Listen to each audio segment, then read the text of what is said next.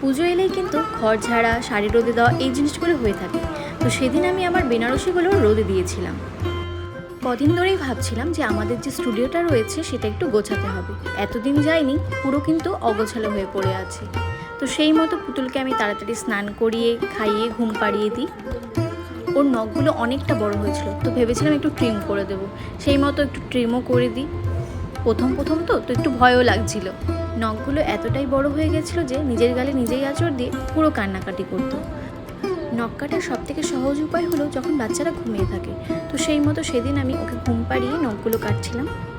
ওকে ঘুম পাড়িয়ে রেখেই স্টুডিওতে যেতে হতো। আর যেহেতু মা এখানে আছে, তো মায়ের কাছে ওকে রেখেই আমি স্টুডিওতে চলে যাই।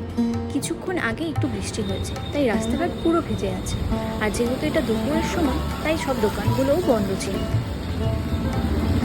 এই যে দেখো স্টুডিওর অবস্থা দেখো। তো এগুলোকে আমি এখন ঠিক